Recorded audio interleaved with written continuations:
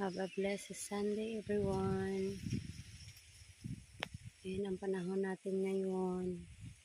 April 7, 2024. Napakainit, guys. Mabuti na lang at dito sa probinsya, malamig ang simoy ang hangin gawa ng mga punong kahoy. Mga iba't iba pang mga halaman na nakapalibot sa atin.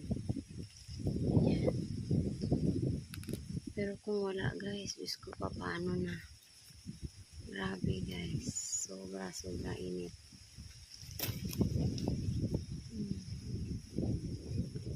Grabe. Napakainit.